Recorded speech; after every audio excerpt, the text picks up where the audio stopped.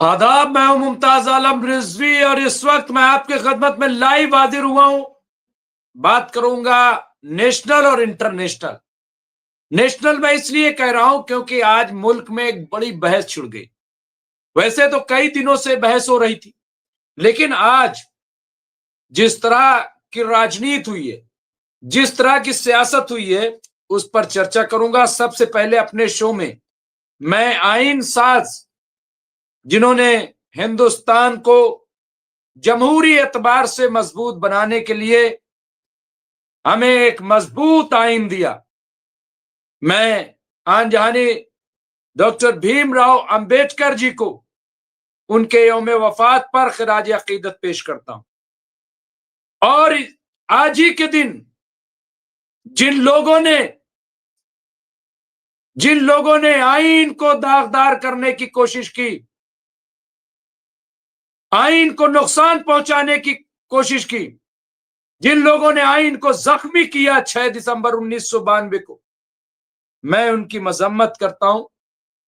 मैं संविधान को मानता हूं। मैं बार बार कह रहा हूं, बार बार मैं ये बात कहता आया हूं कि सुप्रीम कोर्ट ने अपने फैसले में कहा कि 6 दिसंबर 1992 को जो किया गया वो क्रिमिनल ऑफेंस। मैं भी ये कहता हूं कि अगर सुप्रीम कोर्ट इस बात की इजाजत दे देता कि जाओ बाबरी मस्जिद गिरा दो, हम चुप रहते।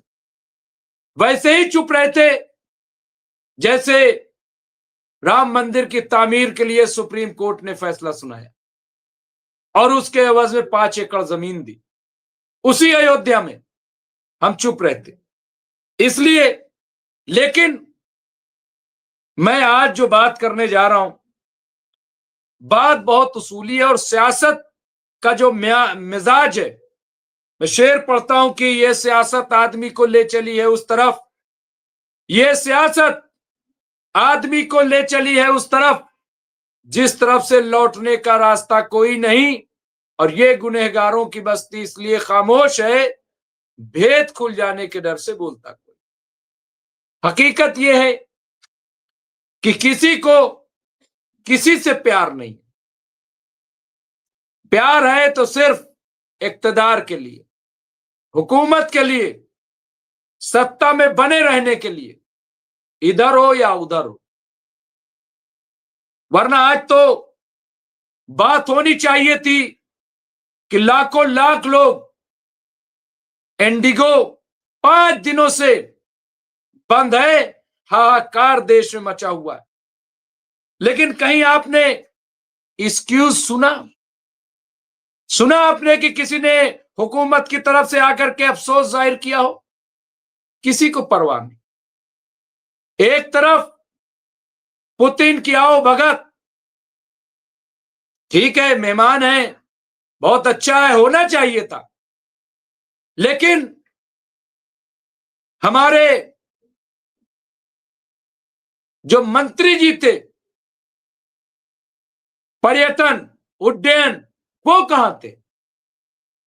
उन्हें कम से कम आना चाहिए था, उन्हें बोलना चाहिए था, लेकिन वो चुप रहे। खैर, मैं उसकी भी बात नहीं कर रहा हूं, लेकिन आज 2 चीजें, आज मुर्शिदाबाद बंगाल में बाबरी मस्जिद, नई बाबरी मस्जिद का संग बुनियाद रखा गया। संग बुनियाद रखा गया। टीएमसी के विधायक, जिन्हें 2 दिन पहले टीएमसी ने, ममता बनर्जी ने बाहर का रास्ता दिखा दिया, तो टीएमसी के विधायक वो हुमायूं कबीर का बड़ा बयान, और मैं आज हुमायूं कबीर को भी बताऊंगा कि वो क्या है। उन्होंने बयान दिया, उन्होंने कहा कि बाबरी मस्जिद के पुनर्निर्माण के लिए अब उसे पुनर्निर्माण बताना, यानी बाबरी मस्जिद की दोबारा तामीर हो रही, यानी गोया की जो अयोध्या में शहीद की गई थी वही वो वहां बना रहे। मुझे समझ में नहीं आता है कि कहां दूसरी जगह मस्जिद बनाने की बात है कि आप दूसरी जगह, एक जगह से हटा के दूसरी जगह बना लीजिए। ये कहां है? अगर ऐसा था तो जब समझौते की बात हो रही थी तो बार बार यही बात कही जा रही थी। और आज जिन लोगों को मिर्ची लग रही, मुझे बड़ी हैरत है कि साहब आपका मामला राम जन्मभूमि का था या आपका मामला मस्जिद और बाबरी मस्जिद का था? आपने दावा किया, आपने मस्जिद गिरा दी, आपका भव्य राम मंदिर बन भी गया, अब क्या प्रॉब्लम है? लेकिन राजनीति करनी है ना, राजनीति, वो बहुत इंपॉर्टेंट। खैर, और उन्होंने कहा, हुमायूं कबीर ने, कि इब्तदाई 300 करोड़ रुपए का बजट तय किया गया है, जिसे आवश्यकता जरूरत के मुताबिक इसे बढ़ाया जा सकता है। हुमायूं कबीर के मुताबिक यहां सिर्फ मस्जिद की तामीर नहीं होगी, बल्कि एक समग्र विकास परियोजना भी यहां पे तैयार किया गया।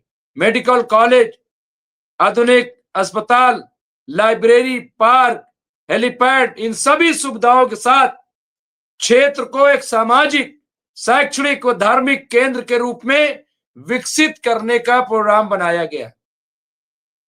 अब देखना होगा कि ये ऐलान जमीन पर कितना और कब उतरता है, लेकिन इतना तय है कि यह बयान राजनीतिक और सामाजिक दोनों स्तरों पर बड़ी चर्चा का विषय बन गया। ये रिपोर्ट है, ये रिपोर्ट आई और एक खलबली है, आप सब जानते हो, सब आपको पता है कि किस तरह के रिएक्शंस है। बीजेपी सबसे ज्यादा चिरागपा है, होना भी चाहिए क्योंकि बंगाल जीतना है, और उसमें हुमायूं कबीर पूरा पूरा रोल अदा कर रहे हैं, पूरा पूरा रोल अदा कर रहे हैं। अब उन्होंने कहा है कि भाई हम 136 सीटों पे लड़ाएंगे, बंगाल में 136 सीटों पे, और 90 सीटों पे हम कामयाब होंगे, 90 सीटों पे। तो सवाल ये है कि भैया जीतना ही है तो पूरी जीतो ना, जीतना है तो पूरा ही जीतो। ये क्या बात हुई? 90 सीट जीत करके आप बताइए क्या करोगे? किसके साथ हुकूमत बनाओगे? किसके साथ हुकूमत बनाओगे? हुमायूं कबीर हमें बताइए, आप किसके साथ वहां हुकूमत बनाएंगे? क्या बीजेपी के साथ बनाएंगे? क्या बीजेपी के साथ जाएंगे? अच्छा, आप कहेंगे बीजेपी के साथ नहीं जाएंगे तो फिर आप क्या ममता बनर्जी के साथ जाएंगे? सवाल यह है कि आप हुकूमत बनाएंगे तो बनाएंगे कैसे? एक बड़ा सवाल तो है ना। ये बंगाल के लिए सवाल है, मैं कह रहा हूं, मगरबी बंगाल के लिए। तो इसलिए मैं यहां पे जो बात करना चाहता हूं, मैं इसलिए ये तमाम बातें उठा रहा हूं ताकि दूध का दूध, पानी का पानी हो जाए। दूध का दूध, पानी का पानी होना चाहिए। और आप देखिए, आज मैंने जो थंबनेल लगाया उसमें मैंने साफ साफ लिखा, साफ साफ, और ये लिखा कि ये जो मस्जिद की तामीर है या जो बुनियाद रखी गई, जैसा कि हुमायूं कबीर ने कहा कि इसमें पुलिस जो है उनकी पूरी मदद कर रही। अब पुलिस जाहिर सी बात है कि ममता बनर्जी की। अब ममता बनर्जी की पुलिस है तो बीजेपी निशाने पे ले रही है ममता बनर्जी को, और ये कह रही है कि ममता बनर्जी ही सब कुछ करवा रही है, ममता बनर्जी ही सब कुछ करवा रही है। और ममता बनर्जी का ये कहना है, ममता बनर्जी का ये कहना है कि ये सब बीजेपी करवा रही है। अच्छा, कई बार शक होता है क्योंकि हुमायूं कबीर, आपको मालूम होना चाहिए कि 2019 में वो लोकसभा का चुनाव बीजेपी के टिकट पे लड़ चुके, वो बीजेपी में थे, बाद में उन्हें निकाला गया, वो ममता बनर्जी के यहां चले गए।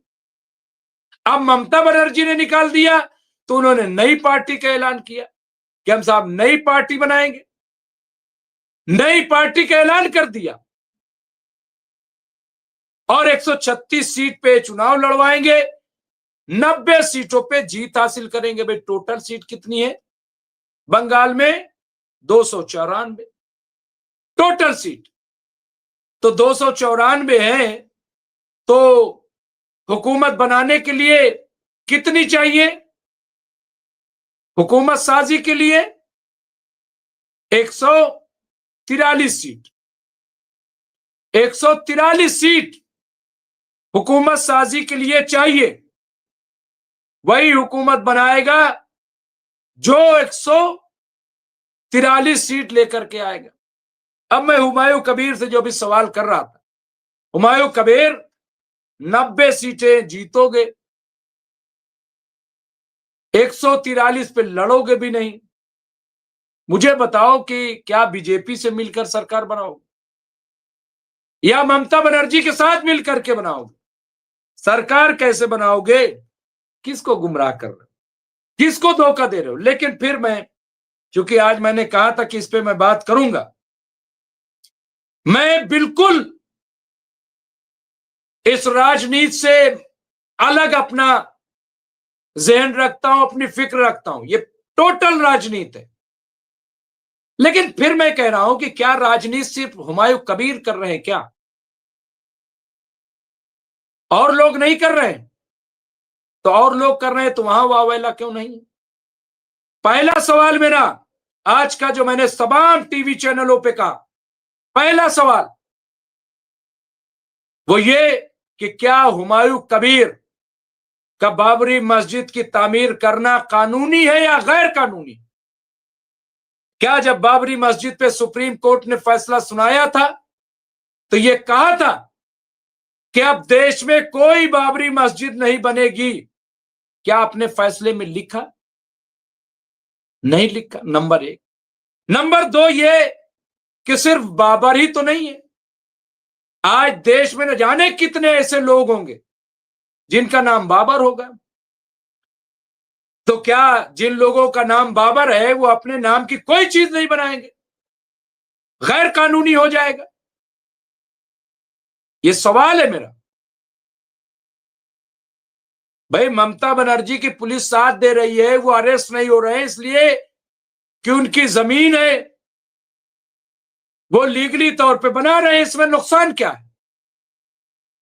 मैं संविधान की बात कर रहा हूं, अभी मैं उसके फेवर में नहीं हूं। मैं कह रहा हूं राजनीति है और इसमें कौन शामिल है कौन नहीं, लेकिन लग रहा है कि बीजेपी में, क्योंकि हुमायूं कबीर का रिश्ता बीजेपी से बड़ा गहरा रहा है, मैं क्लियर करता चलूं।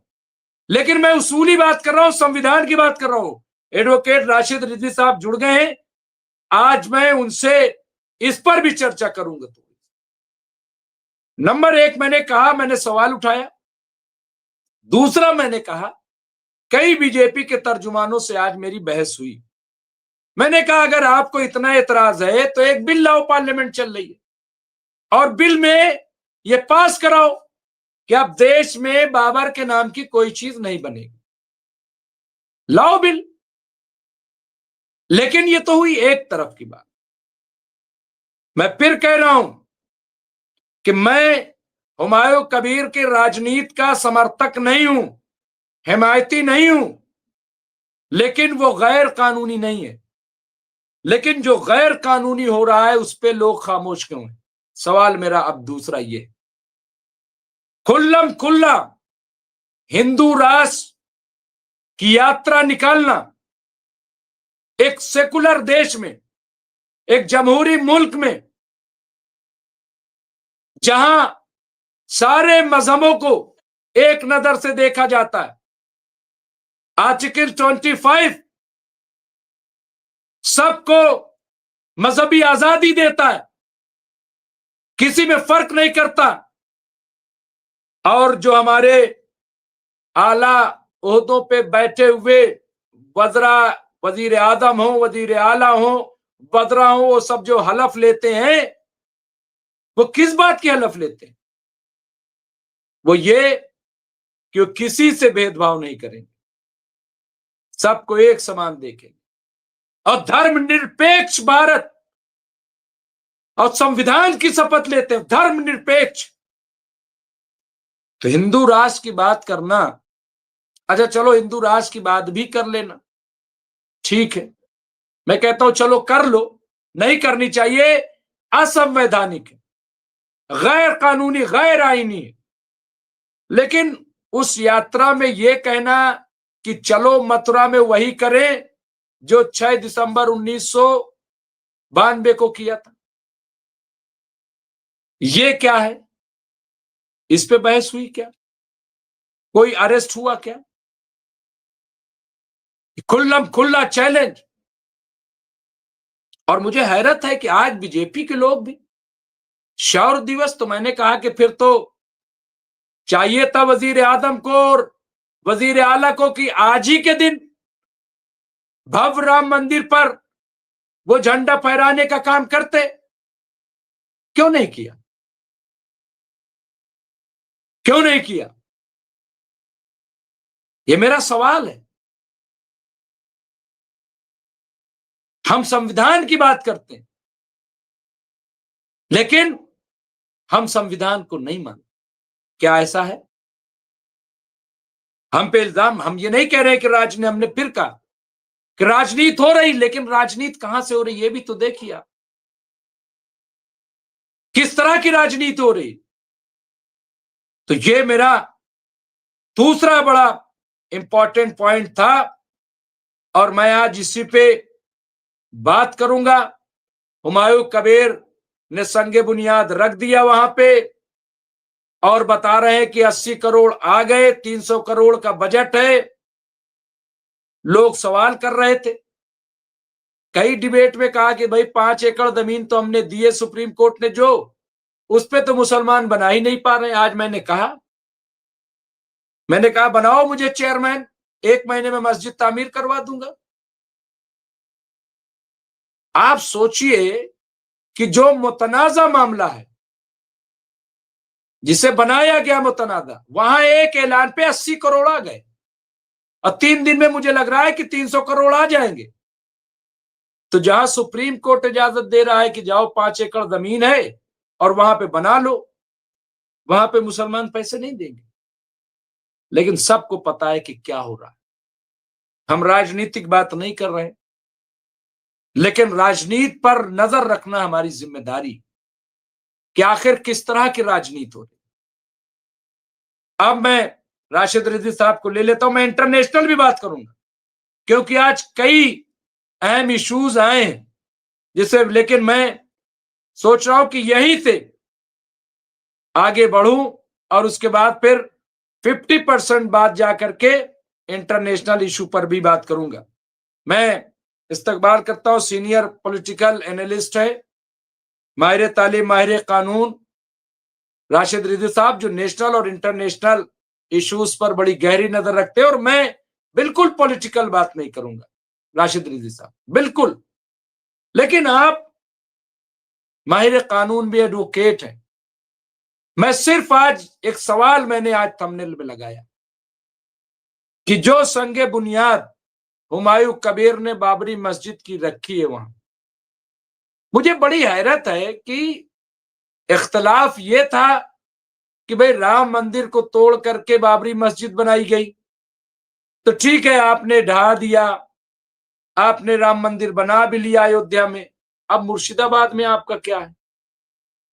ये कौन से, अगर आपको बाबर से चिढ़ है तो साहब बाबर का तो फिर सब कुछ है। एक साहब ने कहा कि मुगलों, हमने कहा तो लाल किला क्या है, ताजमहल क्या है?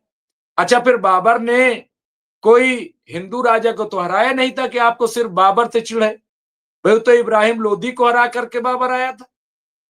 फिर हम ये भी कहते हैं कि भाई मुगल हमारे शासक नहीं है, हमारे शासक तो मोदी जी हैं। तो बहुत पेचीदा मामला है राशिद साहब। लेकिन मैं सबसे पहला आपका सवाल सीधे सीधे कि हुमायूं कबीर ने जो किया वो कानूनी है या गैर कानूनी? राशिद रिजवी साहब।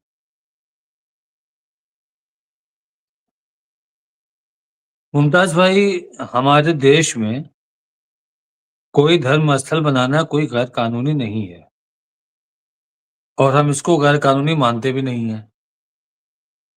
लेकिन जिस सिचुएशन में, जिन हालातों में हुमायूं कबीर ने ये प्रोपेगेंडा छेड़ा है वो सीधा सीधा पश्चिम बंगाल में मुस्लिम वोटों का डाइवर्जन है। ये सीधा सीधा मुस्लिम वोटों का डाइवर्जन है। अब इसके पीछे बीजेपी है कि नहीं है, ये हम नहीं बोलेंगे कुछ इस पे, और बोलने की जरूरत भी नहीं है, क्योंकि कोई ऐसी चीजें आज के दौर में हमारे मुंह से नहीं निकलनी चाहिए जो एक विवाद का विषय हो, और कोई विवादित बयान देना, लोगों के दिलों में नफरत या कोई शंका पैदा करना, ये भी गलत है। और क्या आपको लगता है कि बाबरी मस्जिद 6 दिसंबर 1992 को जो गिराई गई थी, क्या उसके बाद से भारत में, हिंदुस्तान में मस्जिद नहीं बनी है? बहुत मस्जिद बनी है। हमको लगता नहीं कि सैकड़ों नहीं, हजारों बन गई होंगी। कितने गांव उसके बाद आबाद हो गए, गांव में 2-2 3-3 मस्जिदें बन गई। कहीं कोई प्रोपेगेंडा नहीं हुआ है। ये प्रोपेगेंडा सिर्फ पॉलिटिकल है। इस पॉलिटिकल प्रोपेगेंडे को वोट में कन्वर्ट करने के लिए, या मुस्लिम वोटों को 2 हिस्से में बांटने के लिए, 3 हिस्से में बटे, 4 हिस्से में बटे, अभी आपके आईमीम भी वहां पे लड़ेगी, एक कोई और मुस्लिम एक पार्टी है माइनॉरिटी के नाम पे, वो भी लड़ेंगे, सब लड़ेंगे। ठीक है, राजनीति में आना आपका राइट है, फंडामेंटल राइट आपका है, आप पार्टी बना करके आइए, चुनाव लड़िए, इलेक्शन लड़िए। लेकिन जो कुछ सालों से देख रहे हैं कि राजनीति में हेट स्पीचेस आ गई हैं, नफरत, ये कहीं ना कहीं देश को और देश के लोगों को बहुत पीछे ले जा रही है। हम वो देश है जिनको लोग शांति के लिए पूरी दुनिया जानती थी कि भारत के लोग कितने संयमित हैं, अनेकता में एकता है, अलग भाषाएं हैं, अलग कल्चर है। ये सब होने के बाद लोगों में कितना प्यार है, लोगों में कितना विश्वास है। लेकिन इस नए युग की राजनीति ने वो प्यार भी खत्म कर दिया धीरे धीरे, वो विश्वास भी धीरे धीरे खत्म हो रहा है। लेकिन सब पॉलिटिकल है। आप देखते होंगे सोशल मीडिया पे कि सोशल मीडिया पे, मुमताज भाई, एक पोस्ट आती है फेक आईडियों से, आईटी सेल से, और उसके बाद उसके ऊपर दुपक्षी कमेंट चालू होते हैं। हम तो खैर उसको हाइड कर देते हैं, क्योंकि उस पर कुछ बोलने का मतलब है कि नफरती लोगों का हौसला बढ़ाना। और हम लोगों से अपील भी ये करेंगे कि ऐसी पोस्टों को इग्नोर करें। बहुत अच्छी मिसालें भी आई मोहब्बतों की यहाँ पर। जम्मू में एक पत्रकार का घर गिराया गया, वो मुस्लिम था, उसका पड़ोसी हिंदू था। उसने कहा ये मेरा भाई है, मैं अपने भाई को अपना वाला प्लॉट देता हूँ, प्लॉट उसके नाम पे मैं ट्रांसफर करूंगा, उसके लिए मैं मकान बनवाने के लिए उसके मैं भीख तक मांगूंगा लोगों से, लेकिन मैं उसके लिए मकान बनवाऊंगा। ये मेरा भाई है। ये मोहब्बत है। एक लड़का कार में था, कार नदी में उसकी गिर गई, डिसबैलेंस हुआ, क्या हुआ, वो डूब रहा था। दूसरा लड़का उसको बचाने में लगा हुआ था। बचाने वाला लड़का मुस्लिम था, जो नदी में डूब रहा था वो लड़का हिंदू था, लेकिन उसने उसकी जान बचाई। ये हमारे यहाँ की एकता है, हमारे यहाँ की मोहब्बत है। सियासत भले ही अपने जाती मफाद के लिए नफरत घोल रही हो, लेकिन जो समझदार हैं वो इन सियासतों पे कभी भी अपने आप को नहीं ढलने देते। वो जानते हैं ये सियासत है। अगर सरकार के कुछ नुमाइंदे, कुछ उनके नेतागण, जिनको आप बोलते हैं फायर ब्रांड, वो जहरीली बातें, नफरती बातें करते हैं, तो उनके ऊपर कोई कार्रवाई नहीं होती है। वो हमने भी देखा, आपने भी देखा। जबकि सरकार को कार्रवाई करनी चाहिए, क्योंकि देश की उन्नति तभी हो पाएगी जब देश में विश्वास रहेगा। अविश्वास की भावना पैदा करके आप देश का विकास नहीं कर सकते। तो मुमताज भाई, जिस तरीके से ये आपके हुमायूं कबीर साहब ने बाबरी मस्जिद की नींव रखी, उनको उसको उसका प्रोपेगेंडा करने की जरूरत नहीं थी। और मैं आपको दावे से बोल रहा हूं, गारंटी से बोल रहा हूं, दावे से बोल रहा हूं कि एक चुनाव नहीं, पश्चिम बंगाल का 3 चुनाव खत्म हो जाएगा आके, वो मस्जिद नहीं बनेगी। क्योंकि वो सियासत का एक फलसफा तैयार हो गया ना। अब जो राजनीति होगी पूरे देश में, उसी के नाम पे होगी। बाबर एक यहां का सिंबॉलिक हो गया है। अब आप ये बताइए कि क्या पश्चिम बंगाल में मस्जिदों की कमी है? पश्चिम बंगाल छोड़िए, आप उत्तर प्रदेश के, आप भी हैं, हम भी हैं। क्या उत्तर प्रदेश में मस्जिदों की कमी है? कितनी मस्जिदें ऐसी हैं जिसमें 2-4 नमाजी ही जाते हैं? मस्जिदें वीरान हो रही हैं। क्या आपको लगता है कि मौजूदा सत्ता सिर्फ मस्जिदों की दुश्मन है? वो व्यक्तिगत मस्जिद की दुश्मन नहीं है, और न वो मंदिर की बहुत हितैषी है।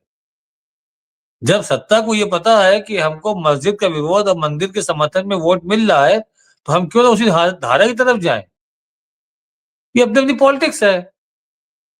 इसको एज ए पॉलिटिक्स ही लेना चाहिए, इसको इमोशनल होकर नहीं सोचना चाहिए। वरना आप ये देखिए, जब हाईवे बनता है तो हाईवे पे चाहे मजार हो चाहे मंदिर हो, सब तोड़े जाते हैं। हम अपने यहां से जब हाईकोर्ट जाते हैं तो हम देख रहे हैं कि 4 लेन हाईवे बन रहा है। मंदिर भी कितने गिरा दिए गए, मजार भी तोड़ दी गई।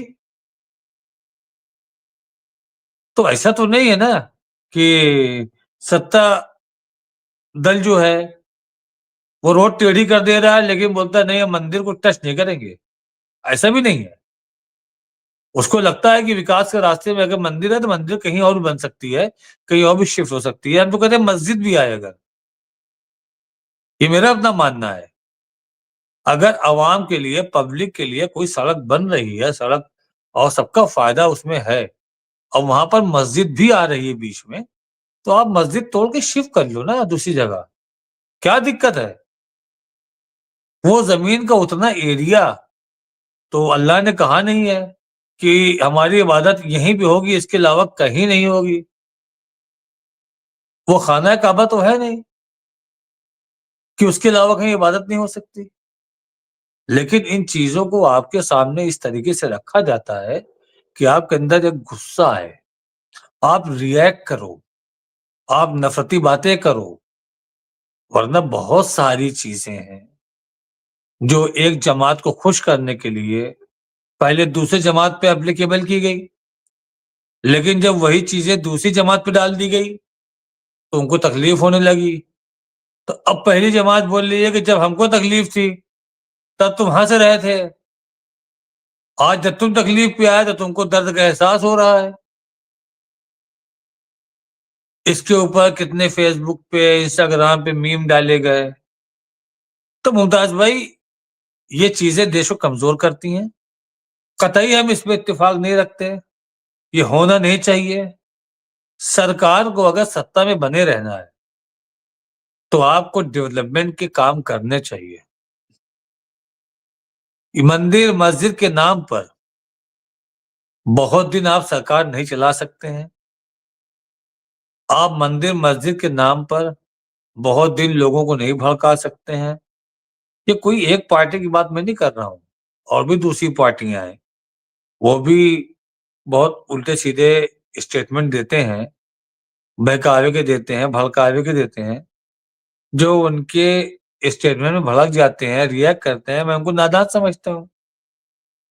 वो तो ये जानते नहीं ना कि वो जाते हैं, साथ में बैठ के चाय पीते हैं पहले स्टूडियो में, जब प्रोग्राम ऑनलाइन होने वाला होता है तो उसके बाद ऐसा लड़ते हैं जैसे पूरी कौम के ठेकेदार यही हैं। उसके बाद जब लड़ाई खत्म हो जाती है, शो खत्म हो जाता है, फिर बैठ के चाय पीते हैं, हंसते हैं, ठठेलेबाजी करते हैं। तो शो से पहले और शो के बाद की असलियत अगर जान ली जाएगी तो इन नेताओं के चक्कर में कोई पड़ेगा ही नहीं। हमारे यहाँ के एक नेता हैं, उनको बहुत लोग मानते हैं ये तो मुसलमानों का दुश्मन है, ये तो मुसलमानों का दुश्मन है। लेकिन हमने उनके आसपास मुसलमान देखे हैं, किस तरीके से वो उनके साथ बात करते हैं, किस तरीके से उनका काम करते हैं। लेकिन जब पब्लिक के बीच में आते हैं, कैमरे के सामने आते हैं, तो अपने आप को शो करते हैं कि मैं बहुत बड़ा दुश्मन हूँ मुसलमानों का। एक नेताजी से हमने कहा जब आप जो करते नहीं हो कहते क्यों हो? तो बोलते हैं राशिद भाई चुनाव हार जाएंगे नहीं बोलेंगे तो। ये तरीका है। तो बेवकूफ कौन है? हम ही लोग है ना। हमको हमारे घर के सामने की सड़क दिखाई नहीं देती, हमको हमारे घर की लाइट दिखाई नहीं देती, बाजार में खड़े होकर के हम ये नहीं महसूस करते कि हम किस लायक हैं। अभी चीजें सस्ती हैं कि महंगी हैं, कौन चीज हम अफोर्ड कर सकते हैं, कौन नहीं कर सकते, इसके पीछे की वजह क्या है, इतनी अकल नहीं मेरे अंदर।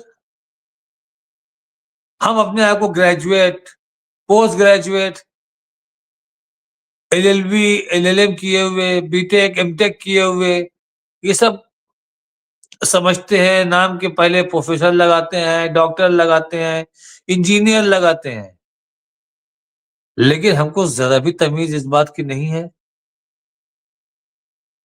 कि जो बंदा सामने बोल रहा है पीछे वो क्या कर रहा है। और एक नेता जो कक्षा 5 फेल है, जो हाई स्कूल फेल है, जो कक्षा 8 फेल है, वो हमको डील कर ले आता है। ताज्जुब की बात ये देखिए, एक जाहिल आदमी या कम पढ़ा लिखा आदमी पढ़े लिखों को डील कर रहा है, और पढ़े लिखे डील हो रहे हैं। हमको तो ये लगता है कि जनता सरकार चुन रही है या सरकार जनता को चुन रही है, ये समझ में नहीं आता। तो जो हालात हैं मुमताज भाई, ये आपने बताया, जो कबीर साहब हैं, हुमायूं कबीर साहब, ये मस्जिद उचित नहीं बनवाएंगे। 300 करोड़ आ गया है, अब तक तो इनके यहाँ ईडी पहुंच जानी चाहिए थी।